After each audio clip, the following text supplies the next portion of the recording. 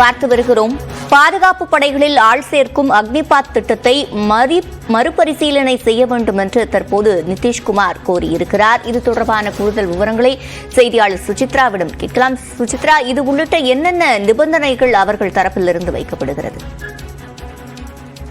அமைச்சரவையில் இடம்பெறுவது குறித்த ஆலோசனை ஒருபுறம் நடைபெற்று வந்தாலும் தற்பொழுது பல்வேறு நிபந்தனைகளை கூட்டணி கட்சிகள் பாஜகவிற்கு முன்வைத்து வருகிறது. குறிப்பாக ஐக்கிய ஜனதா தளத்தை பொறுத்தளவில் மிகவும் விமர்சிக்கப்பட்ட அக்னிபாத் திட்டத்தை மறுபரிசீலனை செய்ய வேண்டும் என்ற ஒரு நிபந்தனையை நேற்று நடைபெற்ற தேசிய ஜனநாயக கூட்டணி கட்சி தலைவர்களுடைய கூட்டத்தில் நிதிஷ்குமார் திட்டவட்டமாக பாஜகவிற்கு தெரிவித்துள்ளார். மிக முக்கியமாக கடந்த 2022ஆம் ஆண்டு ஜூன் மாதம் அறிமுகப்படுத்தப்பட்ட இந்த திட்டத்தின் கீழ் 4 ஆண்டுகளுக்கு இளைஞர்கள் பாதுகாப்பு படைகளில் பணியமர்த்தப்படுவது குறிப்பிடத்தக்கது. அதில் 25% பேர் மட்டுமே தக்க வைக்கப்பட்டு மீதமுள்ளவர்கள் விடுவிக்கப்படுவார்கள். இதற்கு கடுமையான எதிர்ப்பு தெரிவித்து பீகாரில் இளைஞர்களுடைய போராட்டம் என்பது வலுவாக நடைபெற்றது. ரயில் மறியல், சாலை மறியல் உள்ளிட்ட போராட்டங்களும் அங்கு நடைபெற்ற நிலையில் தற்பொழுது மத்தியில் ஆட்சியில் அமைக்கப்படும் பொழுது என்டிஏ தலைமையிலான இந்த கூட்டணி ஆட்சி என்பது நிச்சயமாக அக்னிபாத் திட்டத்தை மறுபரிசீலனை செய்ய வேண்டும் எனவும் நடைமுறையை முற்றிலுமாக மாற்ற வேண்டும், ஒன்று திட்டத்தை முற்றிலுமாக கைவிட வேண்டும் அல்லது நடைமுறையில் மாற்றம்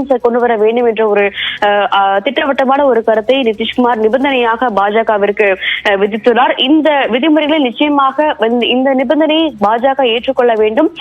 கூட்டணி ஆட்சிக்கு அதுதான் நிச்சயமாக ஒரு பெரிய பலமாக இருக்கும் என்ற ஒரு கருத்தையும் நிதிஷ்குமார் நேற்று நடைபெற்ற ஆலோசனை கூட்டத்தின் பொழுது முன்வைத்துள்ளார். பாஜகவினுடைய ஒரே நாடு ஒரே தேர்தல் திட்டம் மற்றும் பொது சேவை திட்டங்களை ஐக்கிய ஜனதா தளம் ஆதரித்தாலும் அதிலும் உரிய ஆலோசனையை பாஜகவானது முன்னெடுக்க வேண்டும் என்ற ஒரு அறிவுறுத்தலும் ஐக்கிய ஜனதா தளத்துடைய தலைவர் நிதிஷ்குமார் சார்பாக நேற்று பிரதமரிடம் முன்வைக்கப்பட்டுள்ளது. மிக முக்கியமாக இந்த அக்னிபாத் திட்டத்தின் கீழ் பீகாரில் கடுமையாக இளைஞர்கள் பாதிக்கப்பட்டுள்ளார்கள். அவர்களுடைய பாதிப்பிற்கு ஒரு நிரந்தர தீர்வு வேண்டும் என்ற ஒரு கருத்தை தான் அதன் அடிப்படையில் இந்த திட்டத்தை மறுபரிசீலனை செய்ய கோரி தற்பொழுது ஒரு நிபந்தனையை நிதிஷ்குமார் பாஜகவிற்கு முன்வைத்துள்ளார்.